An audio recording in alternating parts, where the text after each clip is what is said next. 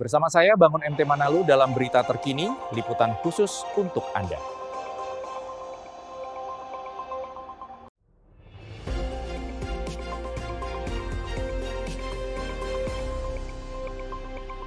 Praktisi hukum sekaligus Ketua Umum Rumah Aspirasi Prabowo Subianto RAPS 08 dan Ketua Umum DPP PPPPT Protap, Dr. JS Simatupang, SH, MA, CGRP, mengkritik keras pernyataan akademisi sekaligus pendiri lembaga survei SMRC, Saiful Mujani, terkait isu menggulingkan Presiden Prabowo Subianto. Menurutnya, pernyataan tersebut tidak mencerminkan sikap seorang ilmuwan. Pernyataan ini sangat miris diucapkan oleh seorang ilmuwan. Ini sudah menyangkut disiplin ilmu. Apa yang disampaikan beliau adalah malpraktik disiplin ilmu kepada generasi muda. Apalagi beliau seorang guru besar, tegas Dr. JS Simatupang dalam keterangannya, Senin, tanggal 6 April tahun 2026. Hati melihat pernyataan, ini bukan komentar lagi, pernyataan senior saya, termasuk guru saya juga, atau guru sebagian teman-teman saya generasi, kepada sosok Bapak Profesor Saiful Mujani. Pernyataan ini sangat miris bagi saya sebagai orang ilmiah.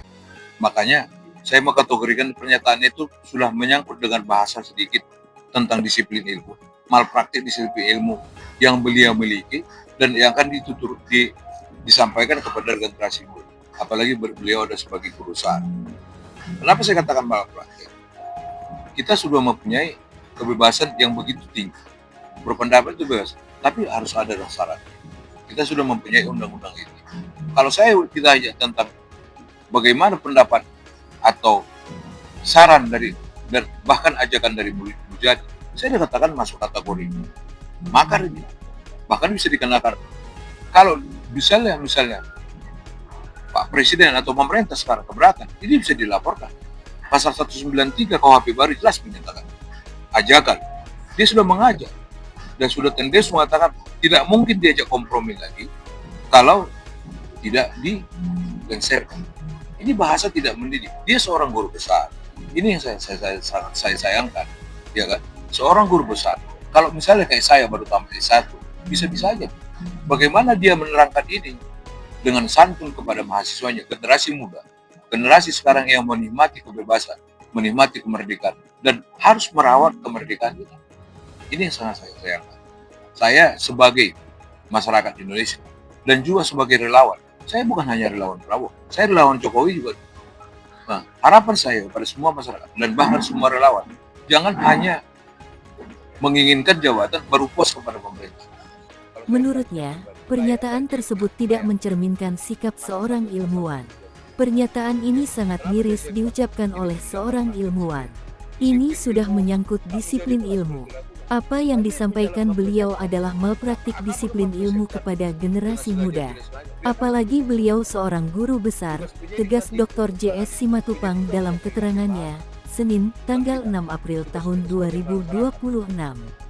Dr. JS Simatupang menjelaskan, kebebasan berpendapat di Indonesia memang dijamin, namun tetap memiliki batasan hukum.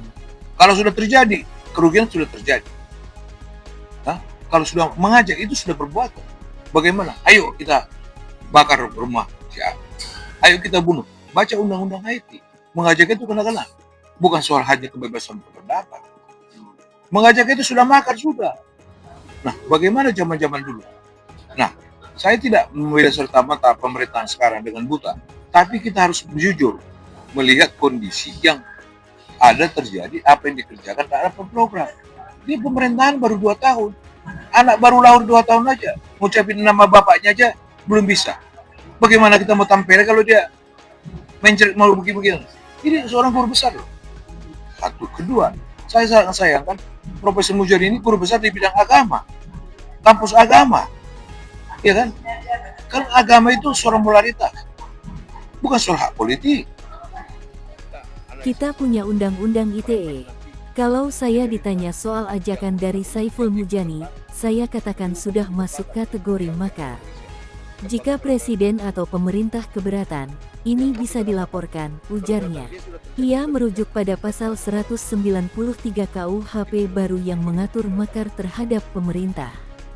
Pasal 193 ayat 1 menyebutkan, setiap orang yang melakukan makar dengan maksud menggulingkan pemerintah, dipidana dengan pidana penjara paling lama 12 tahun. Ayat 2 mengatur pidana bagi pemimpin makar yang mengakibatkan luka berat, dan ayat 3 mengatur pidana jika makar mengakibatkan kematian. Dalam pernyataannya ada ajakan.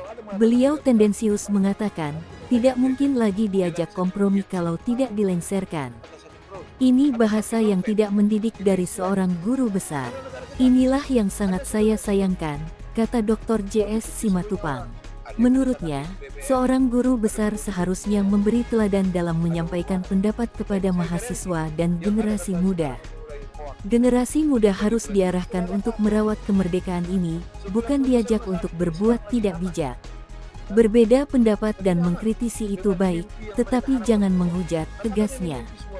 Dr. JS Simatupang mengajak masyarakat, khususnya praktisi hukum dan pejabat, untuk ke depan lebih menatap masa depan dengan mendoakan generasi muda dan pemerintah agar berbuat baik, dengan pengawasan yang diperketat. Kalau bicara kerugian, sudah terjadi. Kata, mengajak, itu sudah perbuatan. Harus diperhatikan Undang-Undang ITE. Kebebasan berpendapat bukan berarti bebas mengajak makar, ujarnya. Ia juga meminta semua pihak jujur melihat kinerja pemerintahan Presiden Prabowo yang baru berjalan 2 tahun. Semua yang dikerjakan ada di programnya. Mari berikan moralitas yang bernuansa religius kepada generasi muda. Kepada tim-tim relawan, saya sampaikan, mari berpikir, jangan sampai kejadian terulang. Ajakan seperti ini harus dihentikan dengan bijak dan santun, imbuhnya.